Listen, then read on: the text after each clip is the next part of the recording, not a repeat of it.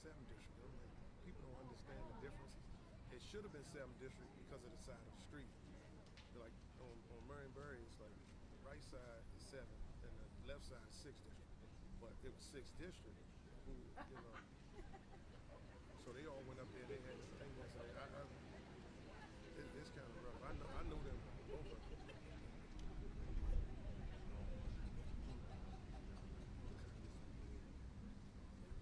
Gotcha.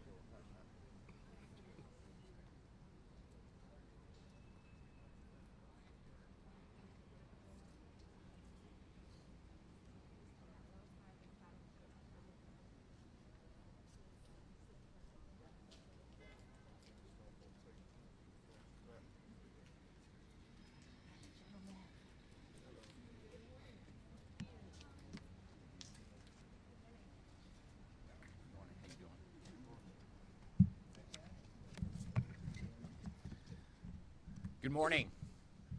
Thank you for joining us today. I'm D.C. Attorney General Brian Schwab. I'm joined this morning by Maryland Attorney General Anthony Brown, as well as by Eric Tershwell and our partners from Everytown Law. I'd also like to acknowledge and thank the many advocates who are here, including Ryan Nickens of Trayron Center, who work every day on the front lines addressing and combating gun violence in our communities. We're gathered here today because of a case that took place right here in the U.S. federal court involving a Maryland resident named Demetrius Minor. In 2021, Mr. Minor walked into Engage Armament, a gun store in Rockville, Maryland, and purchased a 9mm handgun. The following week, he returned and purchased another one, and then a third, and a fourth, and a fifth. Within just 5 months, Mr. Minor bought 25 handguns from the same gun store. Indeed, he purchased 8 handguns within the span of just 2 weeks. Mr. Minor did the same thing at 2 other gun stores in Montgomery County, Maryland, Atlantic Guns and United Gun Shop. In total, he ended up purchasing 34 guns over the course of just a few months. Guns he did not intend to keep. One person, 34 guns, less than 6 months. There's a term for this kind of behavior. It's called straw purchasing. It's where one person buys guns with the intent of trafficking them, selling or transferring them to other people who are legally prohibited from having them. Straw purchasing is illegal, and so is straw selling. Straw selling guns to purchasers like Mr. Minor, who intend to traffic those guns, is a particularly pernicious practice here in the DMV. Here in Washington, D.C., 95% of illegal guns come from outside the district. These are the illegal guns that are fueling the deadly, horrific gun violence that has wreaked havoc on so many of our neighbors and so many of our neighborhoods. As was predictable and foreseeable, Mr. Minor turned around and trafficked the guns he purchased from these 3 Maryland gun stores. And not surprisingly, many of those guns became crime guns, guns recovered at crime scenes in the district and in Maryland. Now, these 3 gun stores that we've named as defendants are federal firearms licensees, or FFLs. As federal licensees, they are permitted to sell guns. They are trained and have a legal duty to watch out for straw purchasers like Mr. Minor. And they are required to refuse to sell guns to straw purchasers. It doesn't take a lot of common sense to figure out that someone trying to repeatedly buy the same semi-auto handgun over a short period of time is a straw purchaser and is buying the guns for illegal purposes. And yet, all 3 of these stores ignored the red flags and instead chose to sell guns to Mr. Minor anyway. They made a choice to put their profits over our public safety. a choice to put their profits over our people. Now, Mr. Minor paid for his crimes.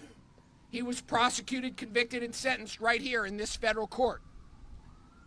But the source of the illegal guns, the gun sellers who supplied Mr. Minor, have not been held accountable. As the sentencing judge in Mr. Minor's case, Judge Mehta, observed, it is too often the case that the true drivers of gun trafficking, the distributors, the dealers who supply guns into the illegal secondary market, those entities escape consequence and accountability. That is why my office, alongside the Maryland Attorney General's office and Everytown Law, have sued the 3 gun shops today. We're holding them accountable, responsible for violating federal law and Maryland law when they repeatedly and knowingly sold dangerous handguns to a person they knew or should have known was trafficking those guns. We're going to hold them accountable for the role they played in facilitating illegal gun trafficking, and we're going to expose the role gun dealers play in fueling gun violence here and across the country. Gun violence is a regional problem. It requires a regional solution. That's why I've partnered with A.G. Brown and Everytown in bringing this lawsuit. Strong gun laws don't matter if gun dealers don't follow them.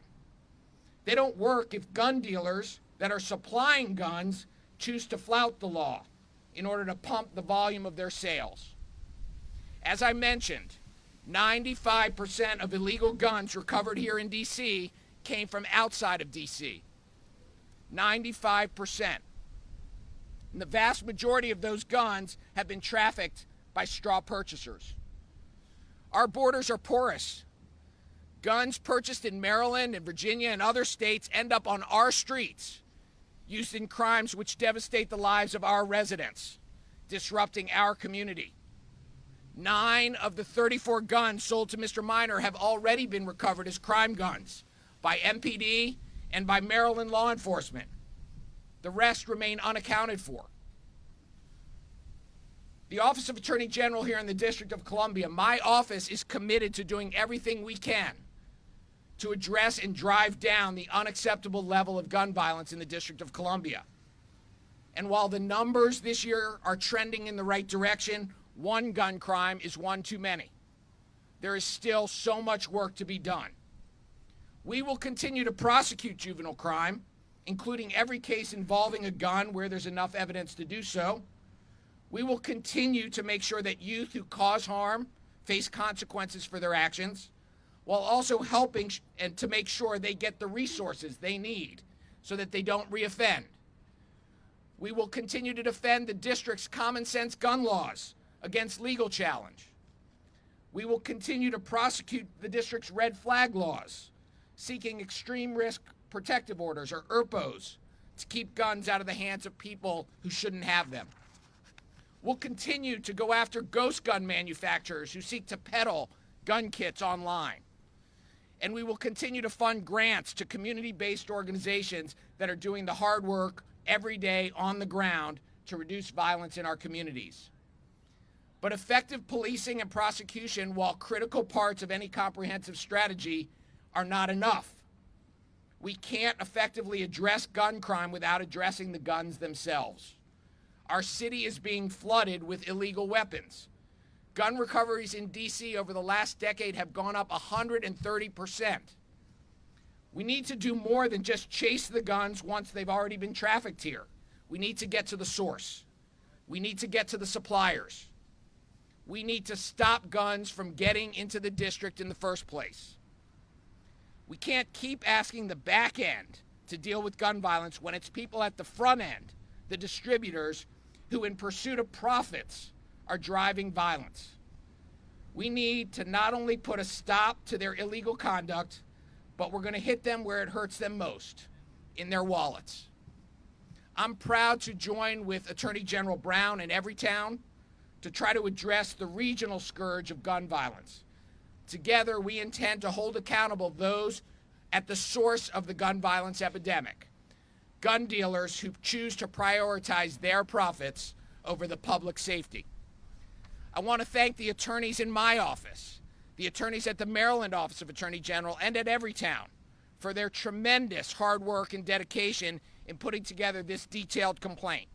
A complaint that details the defendants' blatant disregard of the law and their clear, gross, and unacceptable negligence. And now I'll turn it over to my counterpart from Maryland, Attorney General Anthony Brown. Thank you, General Schwab. It's certainly an honor to be here with you today and your team, as well as every town in this important interjurisdictional partnership and effort to address gun violence and the proliferation of guns on our streets, in our communities, in the national capital region. So I want to thank you, Attorney General Schwab, and your office for partnering with the Maryland Office of the Attorney General in bringing this important lawsuit. We've recently partnered, as General Schwab mentioned, with Everytown Law. I want to thank Eric Tershwell and his team. We're excited about the progress that they're making in communities across the country in bringing these suits and promoting common sense gun laws. This case certainly shows the power of working together to protect our communities. And talking or speaking of communities, I want to thank Ryan Nickens. I want to thank you and the Trayron Center, the work that you do in breaking the cycle of violence, working with young people who are healing and recovering and have suffered from gun violence in their communities and their families. So thank you very much as well to all of the advocates. This case sends a clear message to those who disregard the law. We'll go wherever necessary to hold you accountable for putting our communities at risk.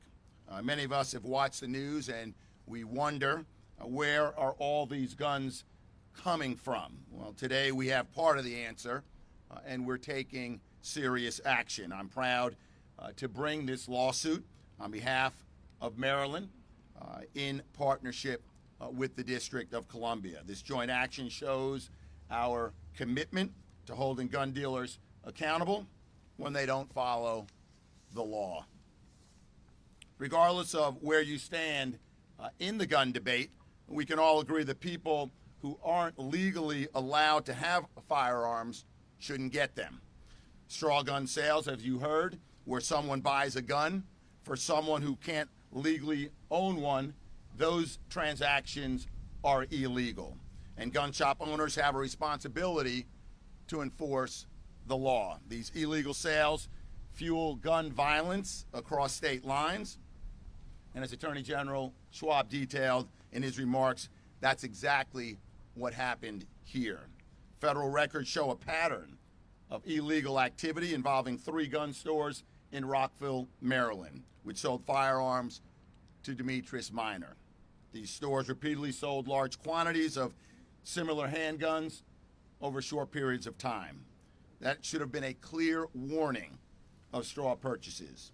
By ignoring these signals and signs, these red flags, these stores contributed to illegal gun trafficking. As a result, guns ended up in the hands of people who aren't allowed to have them.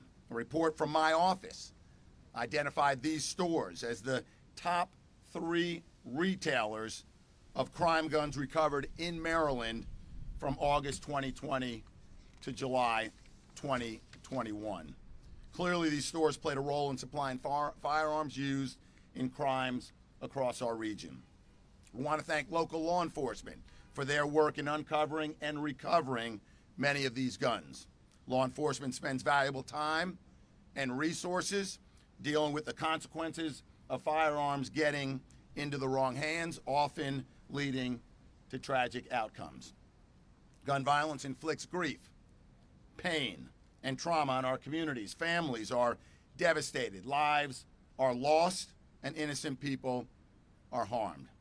Maryland dedicates significant resources to both preventing gun violence and dealing with its aftermath, including the costs of health care, emergency services, social services, incarceration, law enforcement, lost tax revenues, and of course, lost lives. My office takes pride in curbing firearm crime, preventing access to firearms by prohibited persons, and protecting public safety. While today's announcement is a first for Maryland and the District of Columbia, certainly first for General Schwab and my office, just last week we announced indictments in Maryland against four defendants accused of stealing guns from gun stores and trafficking them in our communities. Neither this case nor last week's infringes on the Second Amendment or the rights of law-abiding citizens to purchase firearms lawfully. This case is about protecting the public and ensuring that licensed gun dealers follow the law. No one should ever have to fear for their safety or the safety of loved ones in this region. You should be able to go to school, shop, enjoy parks, and live in peace without fear. My hope is that every Marylander and resident of the District of Columbia can sleep easier tonight knowing that action is being taken. I'd like to thank, again, my office and members of my team, and I'm proud to work alongside General Schwab and his team as we work together to tackle gun violence and that epidemic that is plaguing our communities and our region. And with that, I'll turn it over to Eric from Everytown.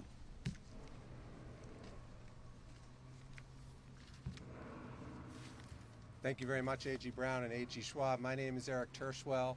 I'm the Executive Director and Chief Litigation Counsel at Everytown Law.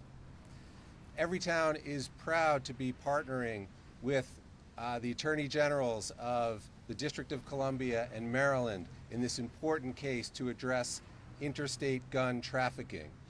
As far as we're aware, this is the first time that two neighboring Attorney Generals have come together to bring a case like this. And we know how important that is because gun trafficking does not stop at state lines. As alleged in today's complaint, 3 Rockville, Maryland gun stores put profits over public safety by facilitating the illegal distribution of firearms in the DC metropolitan area. The results have been regrettable but predictable. First, most of these firearms were transferred to a district resident with a lengthy and violent criminal history.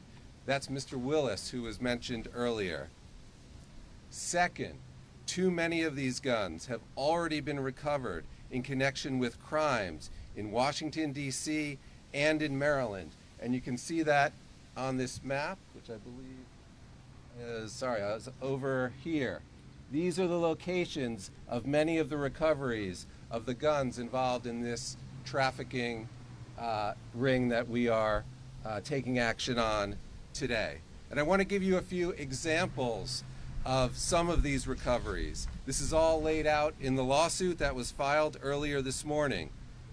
One of the guns sold by these stores was used by Mr. Willis to terrorize partygoers at a house in the District of Columbia, including by pointing the gun at partygoers' heads.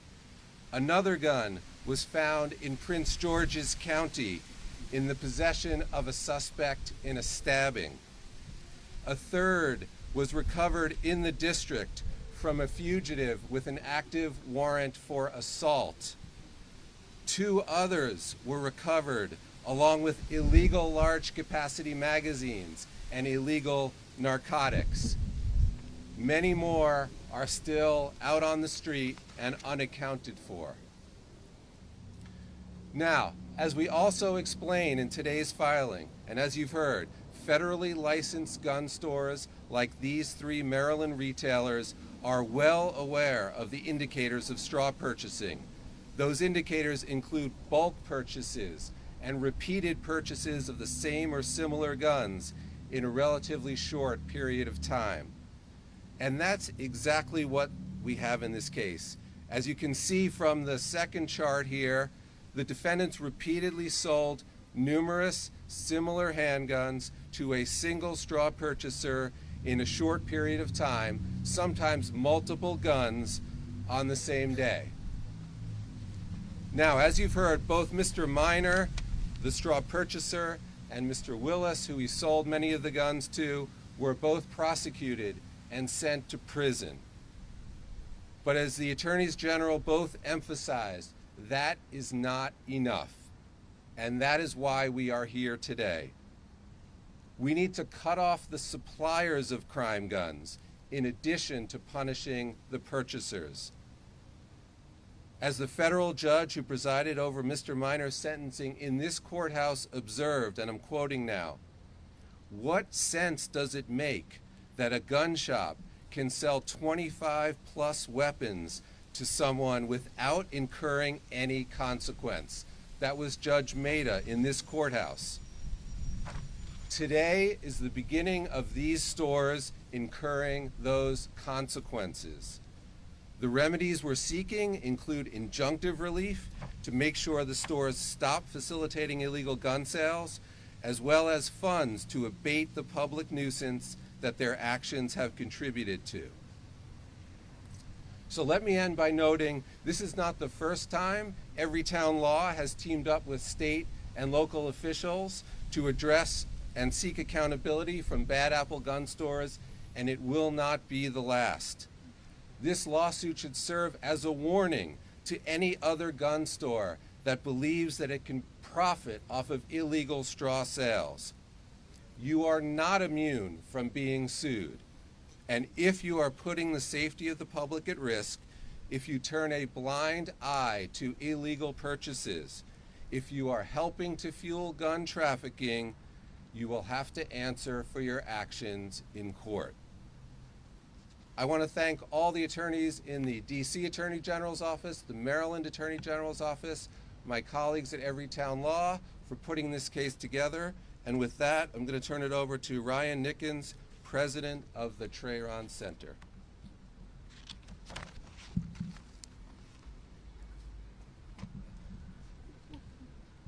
Good morning. Thank you to both Attorney Generals Schwab and Brown and to Eric for all that they're doing in their offices to curtail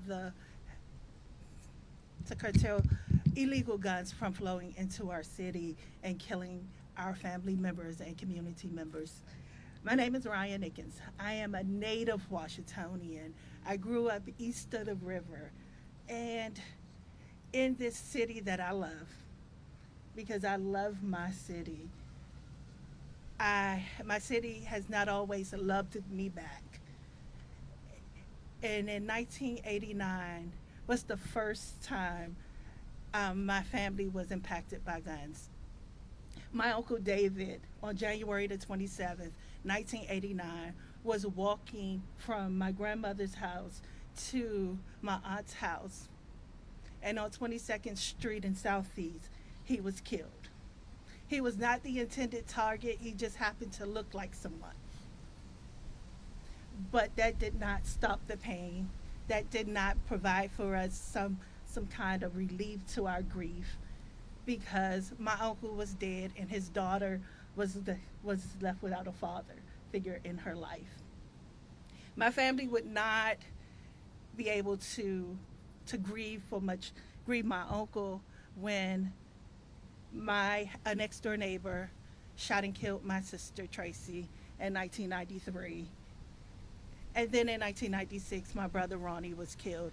In between that, there were the neighbors. There was, as a teenager, ducking drive-bys. As a teenager,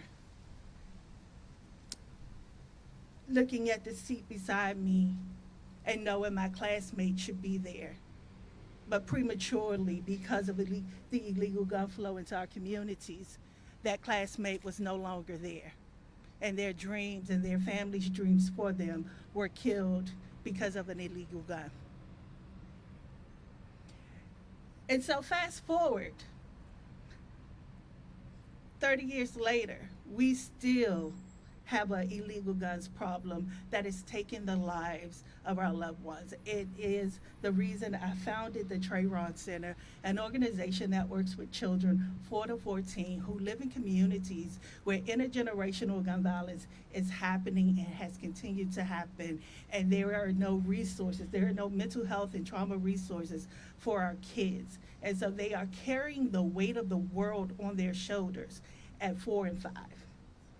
I'll share with you this story. When we first started our summer camp in 2018 in our after-school program, there was a shootout in the Woodland Langston Lane community. I held on to one of our babies, who was 8 at the time, as she cried unconsolably, wondering if she was the next person to die. She did not want to leave the center. And so we stayed there for about 40 minutes until she was comfortable, until she was ready. Our kids used to bring stray bullets to the center to show me, Miss Ryan, look what I found outside. Like, this is what kids in communities like Langston Lane, Bennett Terrace, and others around our city are living through. And so that, what the Attorney Generals are doing is a welcome, and I thank you both, because when Attorney General Schwab began to run for office, we sat down and we talked. We talked about the solutions to how do we curb violence and bring down violence. And I said to you, when are we going to go after the gun manufacturers and the gun stores? Because behind that trigger is not just the person pulling the trigger, but it's the gun stores and who they bought these guns for. It's a whole system that has been set up for that person to fail, and that person holds accountability for their actions. I'm not saying they don't, but they hold accountability for their actions. But so do gun stores who sell guns illegally, and so do others who sell guns illegally. And so this is a welcome for me and our communities and the children that we serve, that this is a positive step forward. And I am thankful to both Attorney Generals and Everytown for what they continue to do to make our communities safer, as we continue to make those of us in the grassroots gun violence group continue to make our community safer with all of us, because it takes an all-out effort to make our community safer. This is nothing new. This is 4 decades of gun violence, 5 decades of gun violence in the District of Columbia. And at some point, it has to stop. And it takes brave people like those you see around you and the Attorney Generals to step up and step to the bully and bring the fight to the bully, so that we can grocery shop. Our kids can play outside. That our kids can, on their way to school, feel safe. Our kids don't have to walk through metal detectors and have police surrounding their schools. That they can grow up to be everything that God has created them to be, and everything they hope to be, without post-traumatic syndrome, without PSTD, without looking back 30 years over their lives and remembering every bad thing, the bullets that came through their windows, the heartache of losing so many family members and friends, seeing bodies ridden with bullets at tender ages of 4 and 5. Who wants those kind of childhood memories? Who wants to go to bed to gunfire at night, wondering if it's your loved one, if it's your family member, if it's your friend, and if you're next? And so again, thank you to both Attorney Generals and to Eric and to all of those in the violence interruption world doing this work and giving of themselves and their families day and night. It is it's all hands on deck now, and it is a team effort, and we see the numbers trending down in the District of Columbia, and it's because it's a team effort, and because our Attorney General is bold enough to stick to his word and to do the work. Thank you.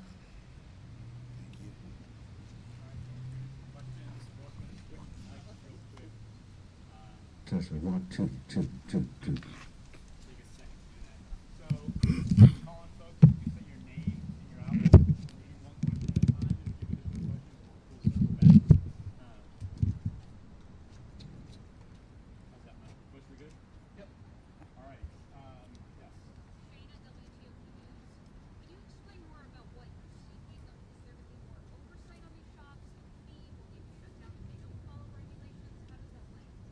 I'm going to let Mr. Tershwell get into some of the details, but the high-level objective is, most importantly, to stop the conduct, to put an end to selling to straw purchasers, and put an end to the practice. That can involve both injunctive relief as well as monitors to make sure that that doesn't happen.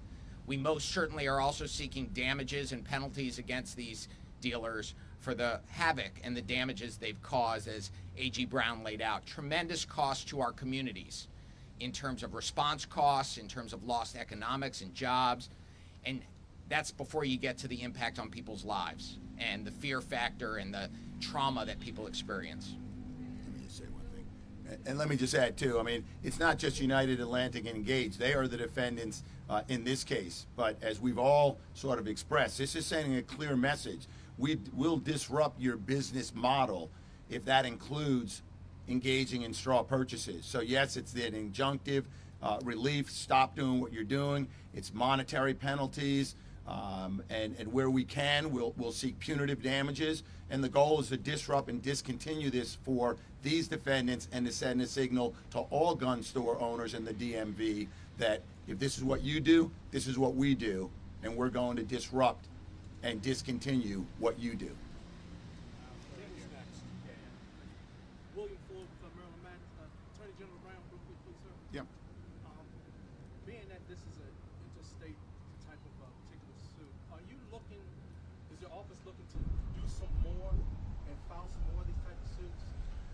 I've had very productive conversations with Brian Schwab, my colleague, the Attorney General here in the District of Columbia, and we're looking for any and every opportunity to partner. People who elect us in office expect public officials to work together, and that's true whether it's public safety, public health, addressing environmental issues. Today we're talking about public safety, and when we can join together, when our local law enforcement agencies like Metropolitan Police here in the District of Columbia, Maryland State Police, Prince George's Montgomery Police, when we can partner together and leverage our resources and do it with the nonprofit community like Everytown, then we're doing right by the people who elected us. We are going to contribute to safer communities throughout the metropolitan region.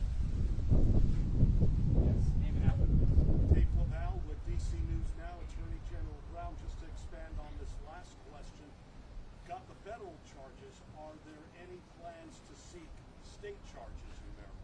Well, I'm going to let Everytown speak to the details of this complaint, but I do want to stay within the four corners of the complaint, which do allege violations of federal and Maryland state law. In terms of criminal punishment against these defendants or others, you know, I will point out last week, unrelated case, different fact pattern. You know, we indicted 4 young adults. In that case, they burglarized a gun store, but whether you're burglarizing a gun store or you're on the other end of the counter selling guns illegally, we're going to use all tools, civil, criminal, administrative, whatever it takes to protect our communities. Let me just add, to be clear, this is a civil lawsuit filed this morning in state court in Maryland. It's filed in state court in Maryland because obviously these gun stores are located in Rockville, Maryland, and the claims that we're bringing, 5 different causes of action, are all state law causes of action. So that's the case that we brought. Hi, Kate Navarro from WBAL-TV. I wanted to follow up on Gina's question. A quick Google Maps search shows all 3 of these gun shops are open today. Did they ever lose their FFLs? And are you seeking, like, why are they still allowed to operate if you're alleging that they broke all these laws? I understand you're not, issue the gun licenses, but is this lawsuit what it would take to get those licenses revoked? It's just it's confounding that you're alleging this illegal activity and they're all open for business. So you're right that the decision on their federal license is up to the ATF, the Bureau of Alcohol, Tobacco, and Firearms. There are some allegations in the complaint about inspections of some of these stores, but as we all know, the ATF has limited resources. Their ability to inspect gun stores on a regular basis just doesn't really exist. So our experience has been when these cases are brought, it is often a another opportunity for the ATF to take a closer look at these gun stores, that's certainly something we would expect here, and we may be urging the ATF to do. But in the case that we've brought, the remedies that we are able to seek under Maryland law and the district's law do not include taking away the license. They do include the kind of injunctive relief that A.G. Schwab was talking about and other monetary relief. And just to clarify, the process of filing would perhaps trigger the ATF to take a closer look, or would a decision be what would cause the ATF to look closer? That's really up to the ATF. Yeah, I can't speak to that. It's their discretion. Well, I mean, you said this lawsuit may. I didn't know if in the past they heard about it, looked at a shop or whatever, or waited till there was a decision. Well, look, one thing that's worth pointing out is that a lot of the information in this lawsuit comes from a criminal case that the ATF itself initiated and resulted in the prosecution of Mr. Minor, the straw purchaser, and Mr. Willis, the violent felon to whom he sold many of these weapons. So the ATF has been aware of these patterns of gun sales for a long time. You'll have to ask them what, if any, steps they have taken or might take going forward. But this lawsuit shines a light on the lack of accountability, as Judge Maida, who sentenced Mr. Minor, pointed out, on the gun stores. And that's an important part of this case. Thank you. All right, Sam. Sam, sort of a tangential question, but still on topic as it relates to illegal trafficking of guns. In your findings as Attorney General, what are you finding about police involvement in the trafficking of guns to people who are not allowed to have them? I can speak for the District of Columbia that our investigation and the basis for the lawsuit that we filed today does not involve police involvement or police trafficking of guns. This is focused on private conduct.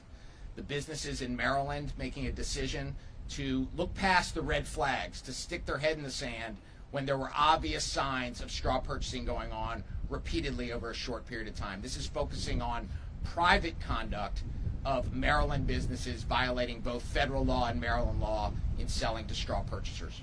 But as far as future lawsuits and future investigation,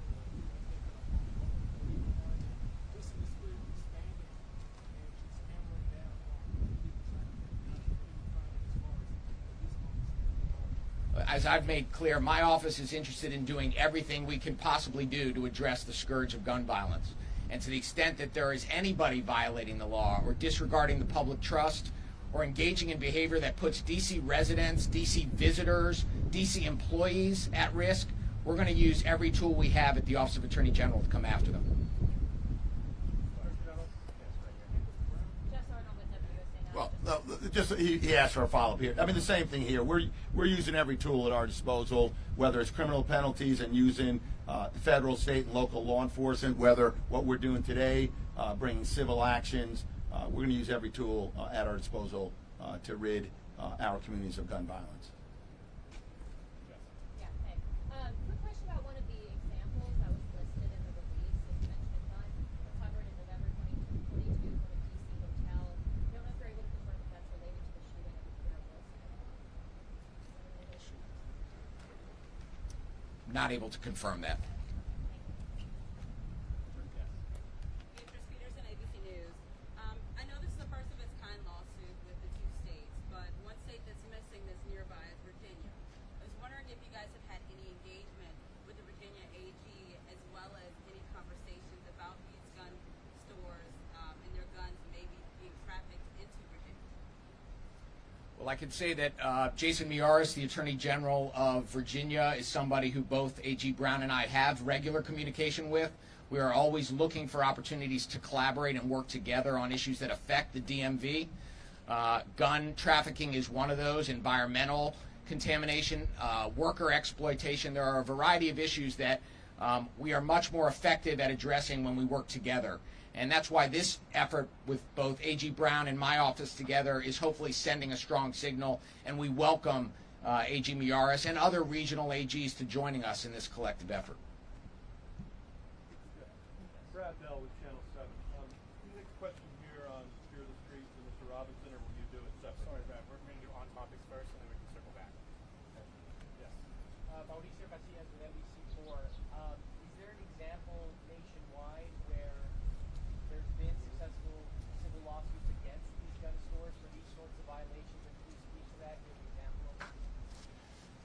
Yes, there are a number of examples, some recent, some older. We at Everytown have been involved in lawsuits against gun stores that are supplying crime guns to cities in Kansas City, Missouri, in Chicago, in Philadelphia. The Kansas City case is the only one that is concluded, and that resulted in one of the gun stores having a monitor, which A.G. Schwab mentioned, in place, to revamping their policies and procedures and training to really try to make sure that this type of straw selling and trafficking is shut down. The case we brought in Chicago against an Indiana gun dealer that was the source of hundreds of crime guns recovered in the city of Chicago eventually led to that gun store shutting down in the face of regulatory and litigation pressure.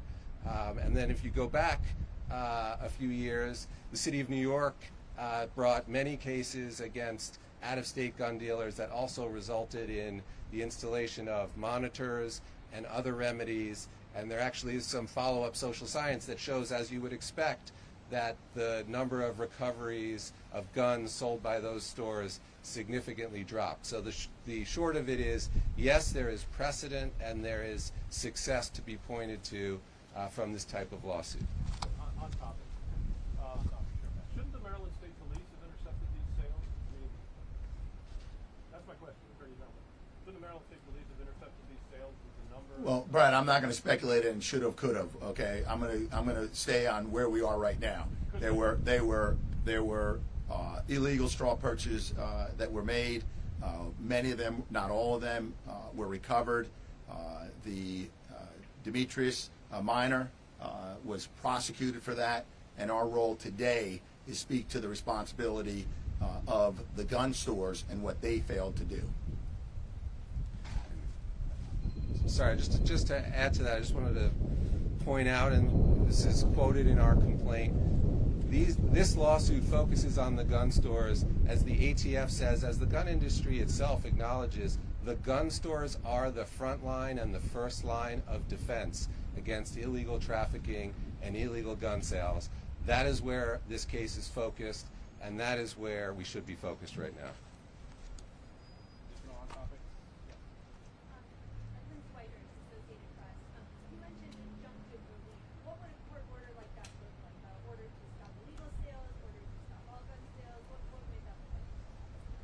Well, as with any civil case, the injunctive relief we're able to establish is going to be based on the facts that we prove, and it's going to depend on the behavior, much of which we are going to continue to discover during the litigation process.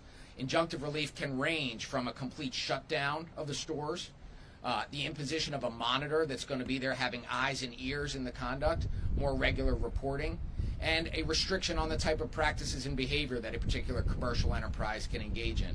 So that's going to be driven by the facts as we prove them and as we discover them over the course of this litigation. Just a follow-up, and what happens if they don't follow that? This is a civil lawsuit.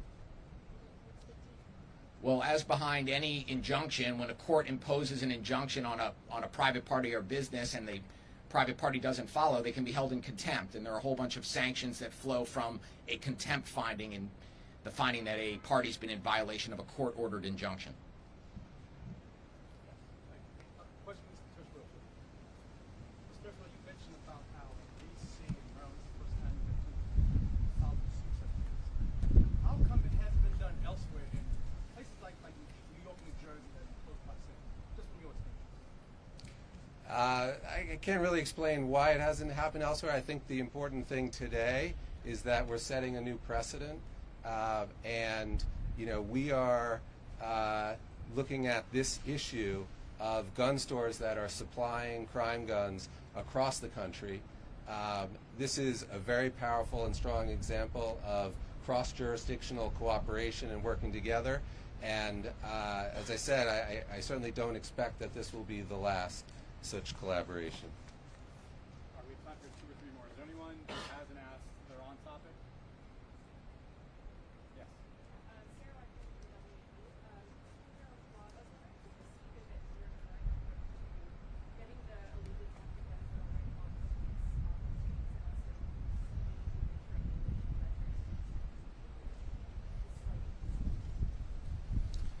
Well, my approach isn't throwing everything I got against the wall to try to make sure we get some results. That means holding young people accountable. I have criminal jurisdiction over youth crime in the city. We've taken an aggressive approach to dealing with gun crimes, both possession crimes and guns used in the course of a crime. We have been litigating on the civil side, trying to make sure the gun laws that we do have in the district, the common sense gun laws that address illegal guns, withstand scrutiny under the Second Amendment challenges that we're regularly confronting. We're supporting the grassroots organizations, great organizations like Trayron Center and many others, who on the ground every day are addressing the root causes of gun violence and addressing some of the cycles of trauma.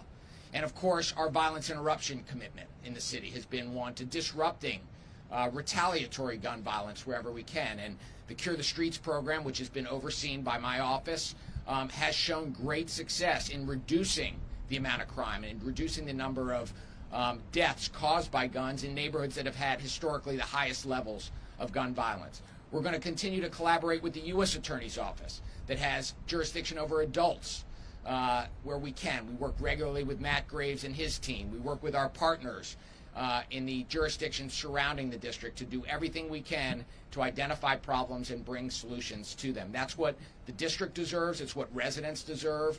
And it's an all-hands-on-deck approach from me and my team.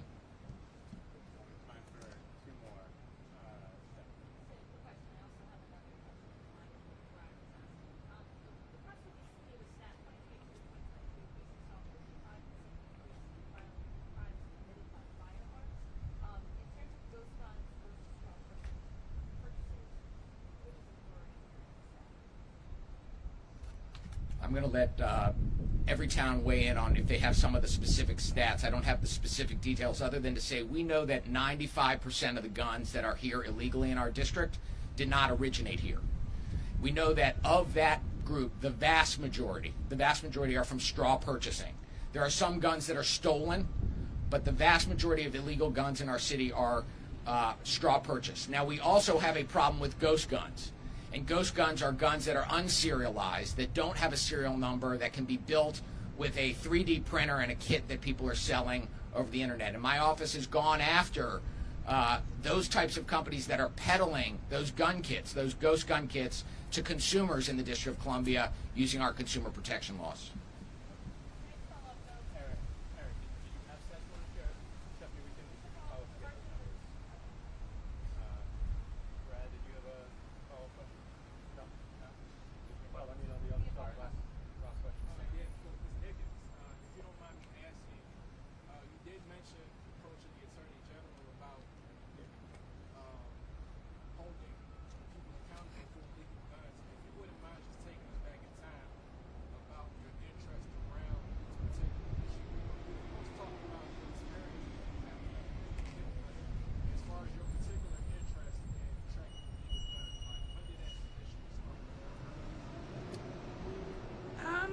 I think it's just my lived experience, knowing that illegal guns that the District of Columbia has some of the stricter gun laws on the books, and how are the guns flowing into the communities I grew up in and impacting our families in the way that they did.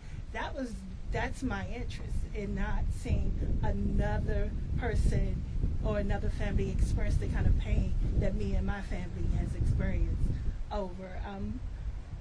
That is where that came from, and I had the ear of a candidate who was running and who won, and we kept talking about how do we get to the manufacturers, because I was a part of a group. I don't stand idly by from 2012 to 2016, who was going after the manufacturers of guns. And when I transitioned out of that group, Washington Interfaith Network, where I co-chair the public safety team, it's like, what are the root causes of gun violence in our city? What are the kind of violence that we see in our city? And it's connected to systemic issues.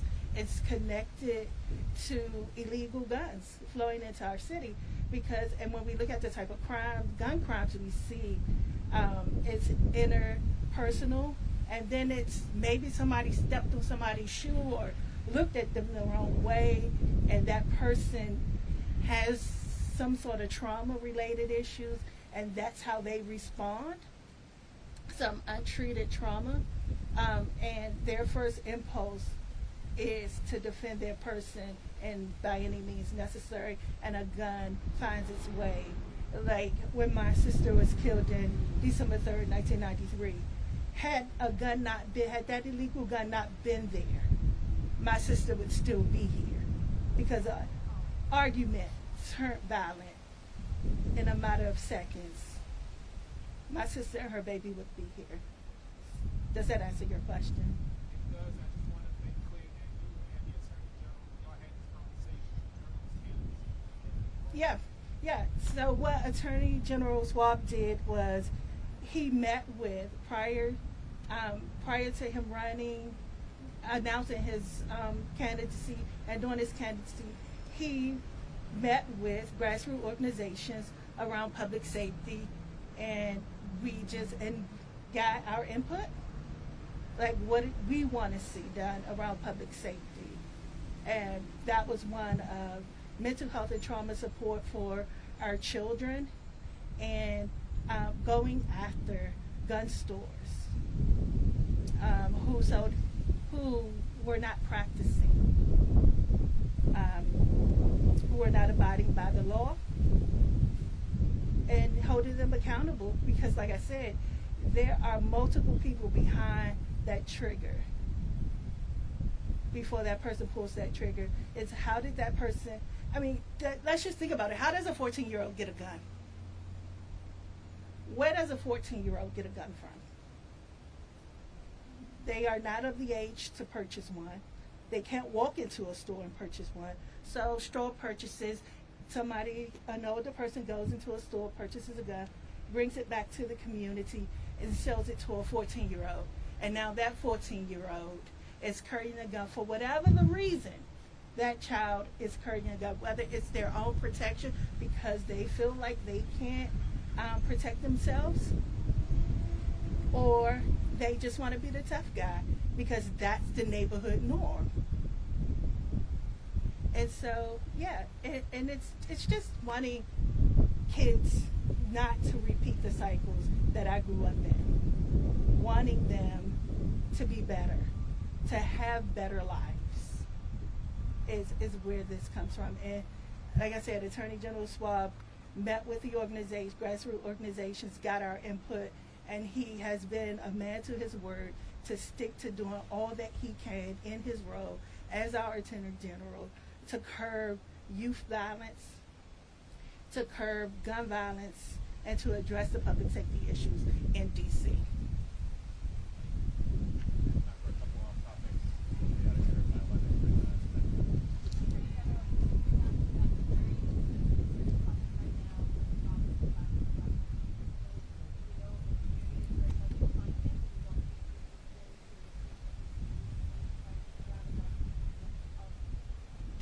Yeah, it's a tragic situation. Anytime a young person, anybody in our city is killed by gun violence, it's a tragedy. The investigation is obviously ongoing, and we'll follow the facts where they lead us. But what that tragic situation reminds us of is why we're here today. We have too many guns in our city, too many guns that are wreaking havoc on communities and on organizations that are trying to just get by. And when people don't feel safe in our city, all of the other great things about Washington, D.C. take a second fiddle. And that's the job of law enforcement generally, and it's certainly the number one priority of our office, is making sure people feel safe. And a key to feeling safer in our city is doing something about the flood of illegal guns we have here.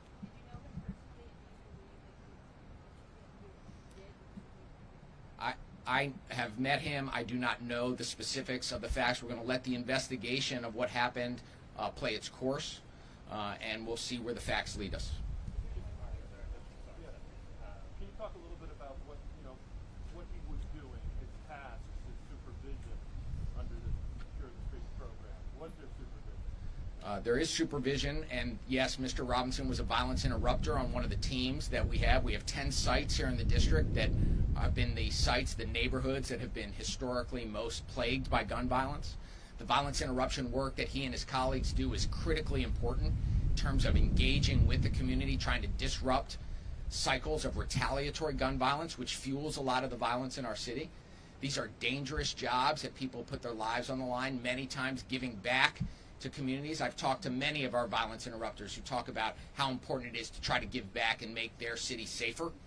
And, it is important work, not to the exclusion of all the other things that we have to do to make us safe. And that's why I try to repeat to everybody, we need to have an all-in effort at addressing gun violence. That's from the prosecution side and running hard cases and holding people accountable in the courts, to defending our laws, to addressing cycles of violence when they occur.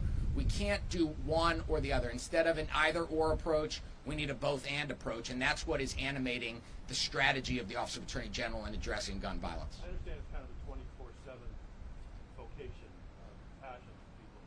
Was he on any sort of specific duty before this incident? I can't talk about the specifics of the incident. The investigation is ongoing, and we'll let the facts play out as the investigation unfolds. Right. We can get the details about what his responsibility for and follow. Is he the same Justin Robinson who was previously charged in connection with a homicide? We can follow him. We can follow him. Can't answer that, sir? I'm not aware of the facts of his background, specific facts of his background. Try to follow him, right? Are there any members here who would like to hear from you?